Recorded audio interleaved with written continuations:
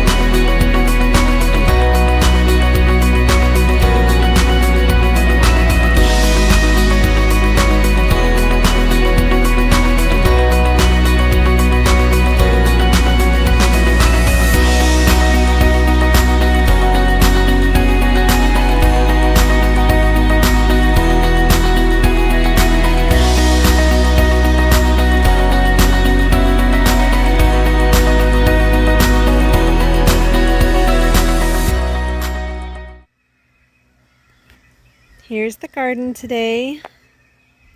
It's about 10 o'clock in the morning, so the sun is shining on the garden pretty good. There's still a little bit of area in the shade. I'm gonna start doing videos zoomed out a little bit because everything's getting so big that it's hard to see everything in like one screenshot. So here we go. These sunflowers over here are getting pretty tall. They're getting some heads on them, so you can see here. You're getting close. This one, oh, I'm so excited. It's very tall. It's as tall as me now. These ones are little shorties over here. They're only about waist height, but ooh, yay. So bed number 1 here, we got the okra and the 3 sun golds with some marigolds in between. Sun gold tomatoes are like an orange cherry tomato, and they're super prolific. So I'm really excited to get to snacking on those. The onions are starting to lay down. They do not like the heat. We've been having really hot, humid days, 80-90% humidity, and in the high 90s for temperature. So everything's just not liking that heat. Over here we got the Amish pastes. We got 2 Amish pastes that I got from the farmer's market, and they are thriving. They're doing really good. Got the nasturtium in the corner. We got a calendula there and there. And then the butternut squash, the honeynut squash, is doing pretty good. There's this white powder on everything because that is clay. It's a clay powder. It's really fine. You dissolve it in water and then pump it out of a sprayer. And it supposedly helps with squash vine borers. So a local gardener, she's been gardening forever, she recommended this, and she lives in my town, so she has not had a problem with squash vine borers since she started using this stuff. It's called Surround. We try to garden as organic as possible, so this is a good way to do it. So we got 2 honeynut squash there and 1 there. We got 3 little zinnias in the corner, and they're getting big. They seem to want to twist and turn, but they're grown pretty big. I got some beautiful nasturtium over here in the corner as well. I try to tuck flowers in wherever possible. I'm not typically a flower person, but I realize that flowers need to happen. I had just planted some new nasturtiums here in this corner underneath this tomato. This is bed 2. In bed 2 we have onions down the center, and we got Paul Robesons on this side, which they're all growing really good. And then we got radishes, a mix of radishes and cucumbers all along the trellis here. And the cucumbers are starting to climb already. You can see here, they're starting to cling on. Very exciting stuff. They're all looking really good. I started to do the Florida weave method here, and as you can tell, I now have a lot more stakes. The Florida weave method is not going to work for me. I don't know kind of what I'm doing wrong, but everything's just really, the tomatoes aren't really secure. So they kept falling over and I ended up almost losing one of them. So I decided to go back to my original method of furring strip, and I just tie it with some twine. I took the twine I was using from the Florida weave and I just tied it to a post, and I clip off what I need when I need it and reuse it so that it's not kind of going to waste. You'll also see I have some organza bags here, and these are to protect my little tomatoes. You can see those little tomatoes in there. They're so tiny. Last year at the beginning of the season, I had leaf-footed stink bugs, and they were poking holes in all of my tomatoes. And so I lost a lot of tomatoes from that, and they just rotted. So now I got these organza bags. They're super cheap on Amazon, and I ordered 2 different sizes. These ones are the big ones. These ones are the big ones, and these are, because these are Paul Robeson's, so all these tomatoes end up being pretty big. You can tell here that there's probably 12 or 15 flowers. So there's going to be a lot of tomatoes on that bundle, and I'll pick them, bag them separately as they get bigger. Got a whole nother cluster of flowers there. These ones are producing very well so far. I cannot complain. I know I normally do my tours in the evening and avoid all these shadows, but it's really nice out right now, and the evenings are spent actually working in the garden instead of touring. So here's, I got an red bell pepper. Got a little blossom going right there. And this little bell pepper. This one's not growing very fast. I don't know why, but it's still little. And all along the bed I got different basils and marigolds growing. And they're staying alive, so that's the big thing. They're getting enough shade from the tomato plants, I think. In bed 2.5 here, we got Barry's Crazy Cherry Tomato and Sunrise Bumblebee tomatoes. And then same on the other side. Those plants are a little smaller over there, as you can see. These ones are getting big, so that's exciting. They were really tiny when I put them in the ground, and I did not know if they were going to survive, and they seem to be thriving, so I'm happy camper. We got some marigolds in the middle. We got basil, calendulas, and nasturtium. And same thing over there. We got some marigolds, some basil, a zinnia, and some calendula. Got a zinnia in the corner of bed 2 as well. Some onions. These are doing okay. They're I think pretty strong. I think they're getting enough shade from the tomatoes as well. And the lettuce is doing good. We actually were able to clip off some of that lettuce throughout the week and have some salads. So bed 2.5 is doing good. Here we're going into the shade. So bed 3, we got the pink brandywines on this side and the black cherry tomatoes on that side. And in the middle we have carrots and onions. So there's a full line of carrots and a full line of onions. They seem to all be doing okay. Carrots should probably be thinned. I'll probably get to that when I can. It's just been so ridiculously hot. I'm surprised that they're even growing. We got nasturtium down here. We got basil and marigolds throughout. So basil marigolds. And then those 2 big green bushes are calendula. And it looks like my calendula finally might flower. It's got like a flower bud right there. It's working on it. There's 2 plants. This one was completely bent over from the Florida weave method. I thought it was gonna die. You can see some of the brown leaves here. But I straightened that puppy up and tied it to a stake, and it's doing good. This one was also looking pretty sad, and they both seem to have recovered, so I'm very grateful for that. But they're both producing. They got little bags on them with some tomatoes in them. So looking forward to those ripening. But those plants are really tall. Those are like nose height right now. So I'm glad that's where they're at.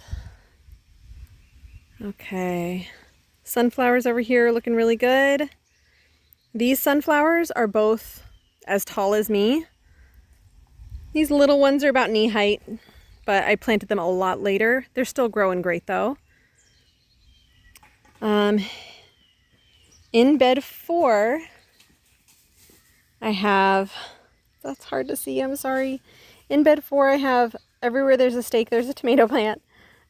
These are all the tiny tomato plants that I had that I grew from seed that were not growing very well.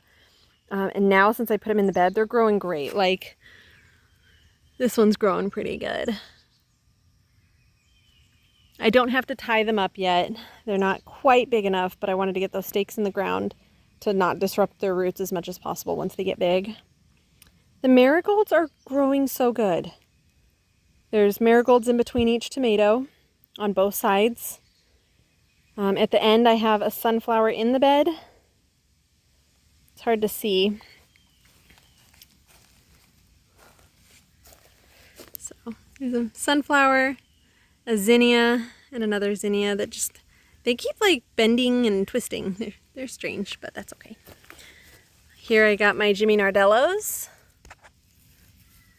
which, hoping for that to ripen soon. We'll see. We got eggplant. These are the Bella Rosa eggplants. So the surround for eggplants helps deter flea beetles because they can't like bite into the leaves. So I'm hoping that's the case there. Again, we got 2 more Jimmy Nardellos down here. I'm really excited for those to start getting bigger, adding those to some stir fries. Bed 4.5. So in here we got the okra in the 4 corners and in the center. Then we got radishes and lettuce. This lettuce is growing really good. Forellenschluss is, I think, a heat resistant, so it grows well even though it's hot. Over there I have Mayqueen and Buttercrunch, and that's not doing great over there. I don't know why. But it's growing great in the strawberry bed, but not in this bed. In this bed I also have the basil, calendulas, and nasturtium. And we're about to get another really pretty flower here soon. And then I have nasturtium, basil, and basil. This part of bed 4.5, it's changing a little bit more. We still got the jalapeno and the 2 poblanos. And then we have 2 eggplants. I did add a couple peppers here. These are banana wax peppers. They're like a sweet banana pepper. So I have 2 of those. So I have one there and one here. And then I got 2 marigolds. And in the front of the bed I have 3 little basil plants. So as I get more pepper plants, I might add more to this. This is where I was going to put my ground cherries. Ground cherries are still pretty small, so we're just waiting for those to get a little bigger. They may or may not go in here, I don't know. We'll see. The empty buckets. So the empty buckets, I got prepped and ready to go to put some tomatoes in here. These 2 buckets I put stakes in so that I have something to trellis my tomatoes with. In this one I have a Berries Crazy Cherry, and over here I have the a Cherokee Purple that I picked up from the farmer's market. I started probably 12 Cherokee Purples and none of them took. Like, they are just no bueno. So we got some Cherokee Purple. I've heard they're really good tomatoes, so we're going to try them out. In this middle bucket, I'm actually going to do some basil and marigolds and a couple pepper plants, probably a pepper plant, just to grow between the tomatoes.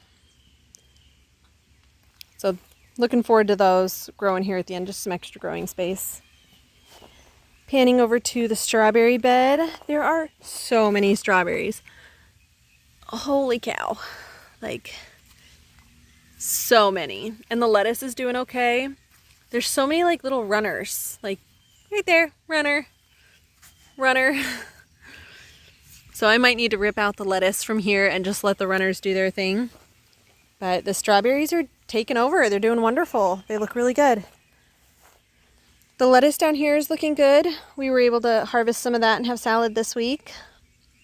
It's really nice having a family salad night where just build your own salad. Kids love salad, so it works out well. I did get a new hose. This is an expandable no kink hose. And this thing is a game changer. I can turn the water off. I can disconnect and put on a different nozzle. So we already had a ton of quick connects from when we had the RV.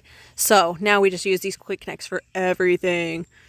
But I really like being able to just turn it off right here, change out the handle, turn it back on and keep going instead of having to go all the way back to the spout or the turn off. So I harvested some sweet potatoes, just one bucket. They turned out to be super small. I'm going to leave the other two in here and see if they get any bigger. I am watering and we're just going to try. If it doesn't make it, it doesn't make it. And I'll use them for maybe try sweet potatoes again in the fall or regular potatoes. I don't know. We'll see. But those are designated potato buckets. The peas. Oh, I gotta go around the other way. The peas are looking pretty grim. The heat is just getting to them. So they're all like dying off. They don't look too great. But the lettuce is looking good inside there. So, yeah, peas were fun. We got a lot off of these two plants. So I don't have any complaints. They attracted a lot of aphids, which means they attracted a lot of ladybugs. So I think all around good things. These were fun though. All right. Bed 5. So we got 4 stakes here. So there's 4 tomato plants. These 2 are San Marzanos. We have an Amish paste. This is an itty bitty one. So tiny. Oh, you can barely even see it. So that was transplanted today, June 19th. Got some little tiny marigolds. Those were planted a few days ago. Got some basil planted a few days ago. This is another Cherokee purple planted a few days, yesterday, I believe. And then zinnias in the corner. Some onions. The eggplant is doing good. It got, before I could get surround to it, it got a little bit of flea beetle damage. But once we sprayed surround on it, I think it'll be fine. Got a pretty nasturtium that's going to be blooming over there soon. This is the bed that has honeydew. And you can see this honeydew plant is starting to climb. It's doing really good. All the honeydews are starting to set off little tendrils. Zucchini's doing okay. It's a little on the small side, but that's okay. Surrounded by radishes, and we got a whole line of radishes between the 2 T-posts there. This sunflower, I mean, geez, this thing is huge. Like, both of them are. They're quite large. Their stalks are quite big. So those things are probably about 8 feet off the ground right now. I like 7 feet. We'll say 7 feet. But they're both quite big. Coming back down over here to the end of the bed, up against the archway, we got the midget melons. Those are climbing already too. So we got 2 midget melon plants here, and they're both doing amazing. We got this bucket of sunflowers that I just need to transplant. I'll probably do that later tonight. That's on my to-do list. Those are all going to go out by the chickens so that they can have whatever flowers or leaves or seeds fall back there. In bed 6. Bed 6 is looking big. So in bed 6 we have the 3 midget melons here. They're a little on the small side, but that's okay. Then we got a zucchini Look at that guy. I've only had male flowers bloom so far. I'm still waiting on some female flowers, but we'll get there. There's one right there. Hopefully that'll open up in a few days, but that's a lot of zucchini. The other one is putting up flowers too, but all around very exciting. We got radishes along here. It's hard to see. Got some zinnias throughout here, radishes, various different zucchini plants. This zucchini I gotta put a stake in. It's fallen over, so I gotta put a stake in it and get that growing right. Zucchini is doing good there too. So these 4 plants, I don't remember which is which. Some of them are zucchini, some of them are yellow straight neck squash. We'll see once they start growing fruit what they actually are, because I don't remember at this point. Radishes were strewn all throughout here. Radishes and lettuce. Lettuce did not take it all, but the radishes we've been harvesting and they've been spicy. The family's not a super huge fan of radishes, and that's okay. I'm becoming less and less of a fan of radishes, so just because we have so many. But as radishes are being harvested, I plan on using this space for other things. I'm going to plant radishes still just around the edge, but I'll use the center probably for something else. I did decide an experiment here. I got a Berry's Crazy Cherry right there, and I have a couple bamboo sticks. They're about 5 feet tall. I ran out of furring strips, and I really don't want to buy more. I already have a crud ton, so I'll just tie that little plant to the bamboo strips as I go along. So, but this is the cantaloupe bed, and all my little cantaloupe plants, like this guy, he's getting so big. I love it. And they're all setting up tendrils, like very cool. They're all getting big.